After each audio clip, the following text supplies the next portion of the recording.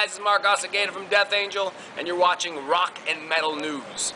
Hey guys, this is Ron from YouTube's Rock and Metal News, and this is my picks of the top 40 metal and hard rock albums of 2019. Of course, it's all objectional, but these are the ones that stood out for me in 2019. I'll talk a little bit about them because I got a lot to go through here.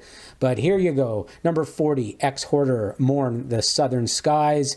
It's the band's first studio release in 27 years after their 1992 album, The Law. Thought it was great. It was super heavy, really well produced, and just had some great music on it.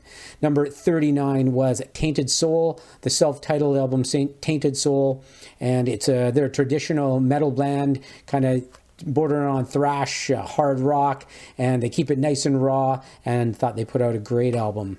Number 38 was Overkill, The Wings of War.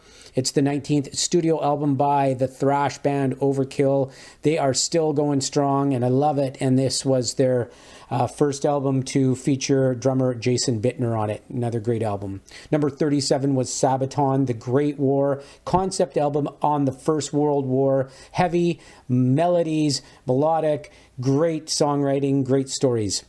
Number 36 was Syra, No Halos in Hell.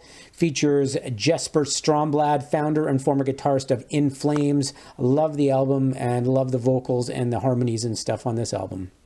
Number 35 was Avantasia Moonglow, Tobias Sammet of Edguy.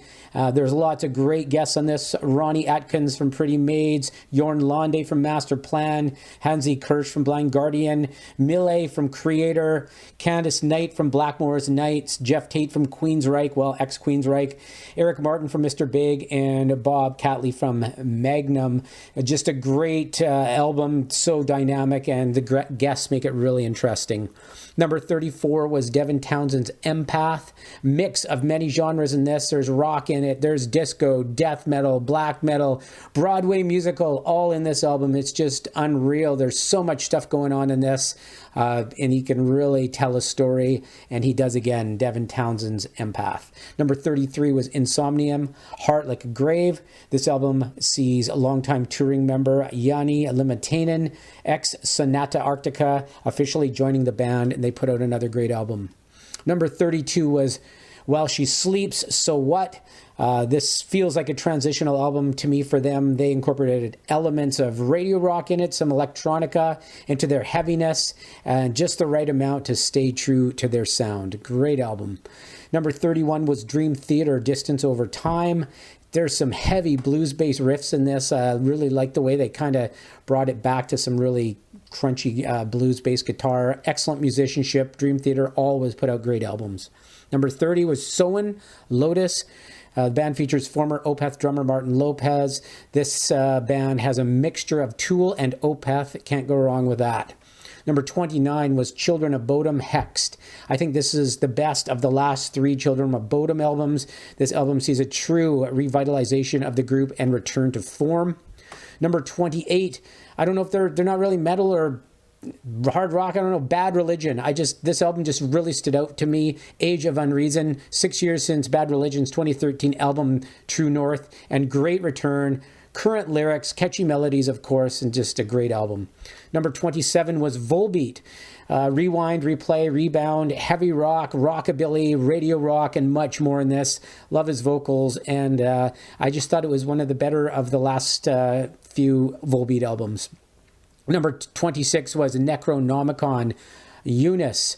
Those who like symphonic death and black metal, aka Flesh God Apocalypse, you got to check out Necronomicon. I thought it was a great album. Number 25 was Tear Hell. They're from the Faroe Islands, and they added some growly vocals in this album. The sing-along choruses are great, and epic guitar riffs. I love Tear, and I love the vocals. Number 24 was Mark Morton, Anesthetic. Mark Morton, the guitarist for Lamb of God. He put out a solo album, and it guests Chester Bennington, the late Chester Bennington from Linkin Park. It has Jacob E. Shaddix on it from Papa Roach, Mark Lanigan from Screaming Trees, Chuck Billy from Testament, Miles Kennedy from Alter Bridge, Alyssa White Gloves from Arch Enemy, and of course his bandmate Randy Bly. And I thought there was some great, just a nice mixture of stuff on here. There's blues, there's heavy stuff, there's everything, and all those guests make it a great album. Number 23 was Rammstein, self-titled Rammstein. First in 10 years, the band integrates new metal. It's got some 90s blends, some synth, new wave synth stuff in there, super heavy guitar riffs, and love their stuff. And they always have really cool moods and some great lyrics. Lindemann is just singing the songs with his filthy lyrics. Another great album. Number 22 was Sacred Reich, Awakening, their first release in over 2 decades. All of the anger and discontent that was present in their earlier releases are in this album as well. Former Machine Head drummer Dave McClain is on the drums for this album, so pretty cool, Dave McClain. And number 21 was Whitechapel, The Valley. The Valley demonstrates the uniqueness and musicianship of the band's evolution for sure. It's a concept album, and it has some great thought-provoking lyrics and hits close to home for vocalist Phil Bozeman. It's a basic story regarding his life. Number 20 was Slipknot, We Are Not Your Kind. This is the first record without longtime percussionist Chris Fenn. Sounds more like the head-turning self-titled debut album I got from this one. Goes back to really heavy kind of, just that pounding Slipknot feel in it. Really creepy interludes, and it's got some great melodies and some great interludes in it. Number 19, Cattle Decapitation, Death Atlas. Oh yeah, longtime frontman Travis Ryan leads a revamped lineup that features Olivier Pinard on bass, and they have the new guitarist as well, Belisario DeMuzio. Yeah, he's just a great guitarist. Great album. They just, I can't believe how they layer the vocals on this. They have some really cool stuff. It looks like it's a great concept album, kind of like the demise of the Earth. I guess that's their Death Atlas. And just an amazing mix. Great album. Cattle Decapitation, never disappoint.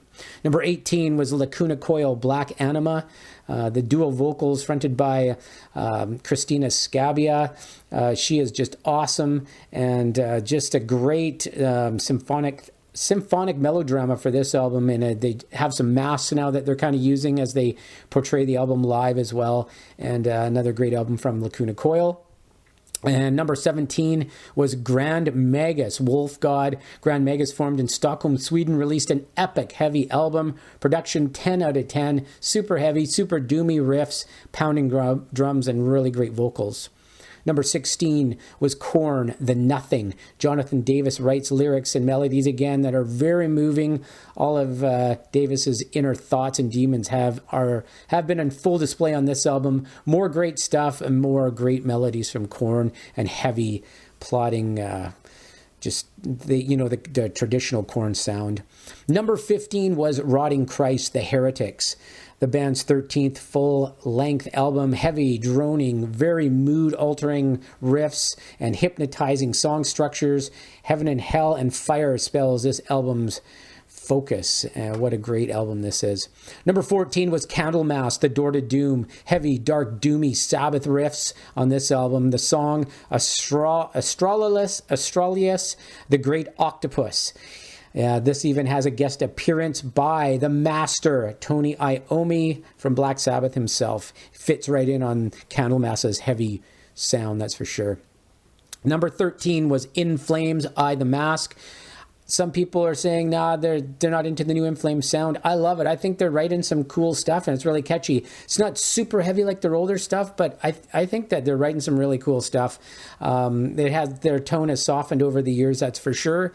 Can't deny that, but they have some great melodies and some great lyrics in that, and they're for me, I think they put out another good album.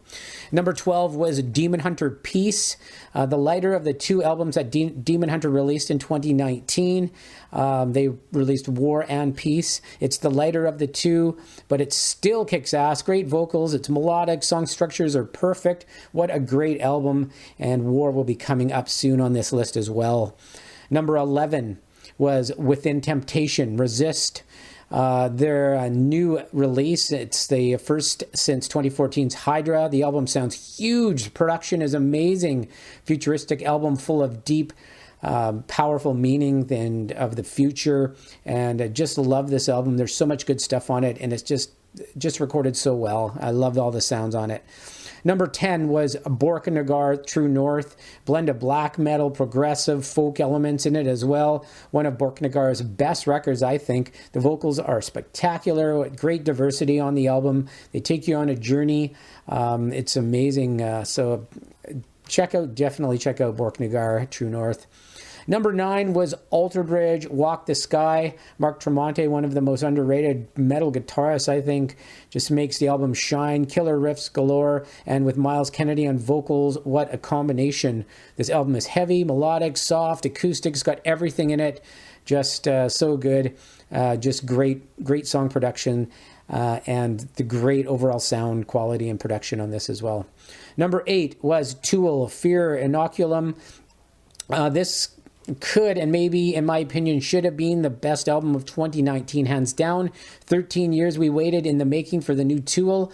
This album is very good, and it has so many amazing moments in it and moods in typical Tool fashion. But could they have, could they have overthought this album a bit? I don't know.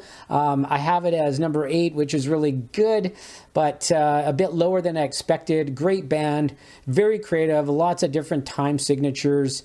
It was just a bit underwhelming to the fact of what Tool is capable to be.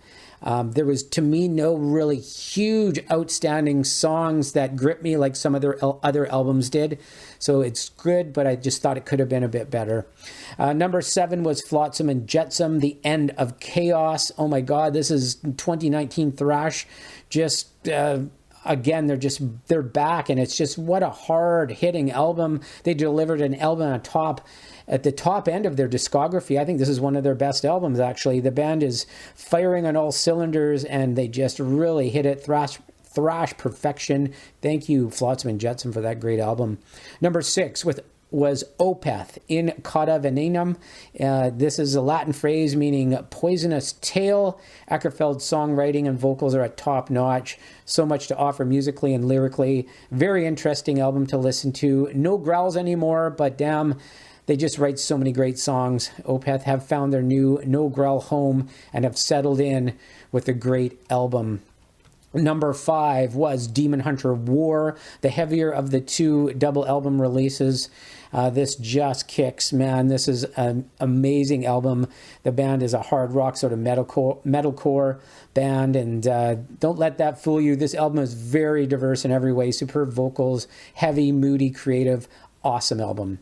Number 4 was Queensryche, The Verdict. Vocalist Todd LaTorre has definitely settled into his new band after replacing Jeff Tate. Exciting, catchy. This band, man, with Todd on vocals now is just great. Todd also does the drumming on the album as original drummer Scott Rockenfield.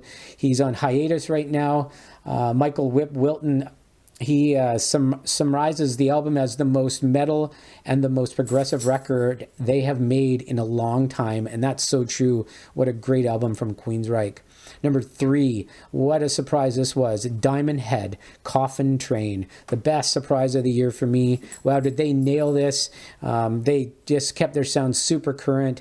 Maintained their old school roots. Belly of the Beast, quite possibly Diamond Head's best song ever since their first album. So great. This could be one of their best albums, I think. I just thought this album was so great. So check out Diamond Head, Coffin Train. Just super solid all the way through. Album number 2 was Soilwork, Verkleiten. Verklighten translates to reality. Well, the reality is they put out one of their best albums, if not the best, in their long career. I just love this album. There's so many cool parts in it and memorable parts. The vocals are all over the place. He can change his vocals up so much and sound so great. Guest guitarist Dave Sheldon and vocalist Alyssa White-Gluz also are on the album. And it's just amazing. Of the vocalist and co-founder Bjorn Speedstrid is just brilliant, along with the perfect writing and song structuring. Just awesome. What a great Soilwork album. And now we're at the #1 album of 2019, and that is Death Angel Humanicide. Longtime Bay Area thrashers put out such a kick-ass metal thrash album that they were actually nominated for a Grammy. That's amazing. Mark on vocals, Rob on guitars, make it another 10 out of 10 album. The masters of one of the most underrated bands of all time are not afraid to push the envelope of thrash. They have acoustic moments, super groove beats, thrash beats, mid-pace, dark and intense feels.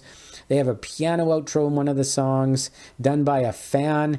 They are the masters of thrash right now and always put out interesting, great music. Humanicide is how contemporary thrash metal is executed. That is my list of the top 40 albums of 2019. Let me know what you think, and let me know some of the albums that you like, and make sure you check out some of these albums. If you haven't heard any of them, check them out first before you let me know what you think. But those are my picks. This is Ron from YouTube's Rock and Metal News. Thanks for tuning in.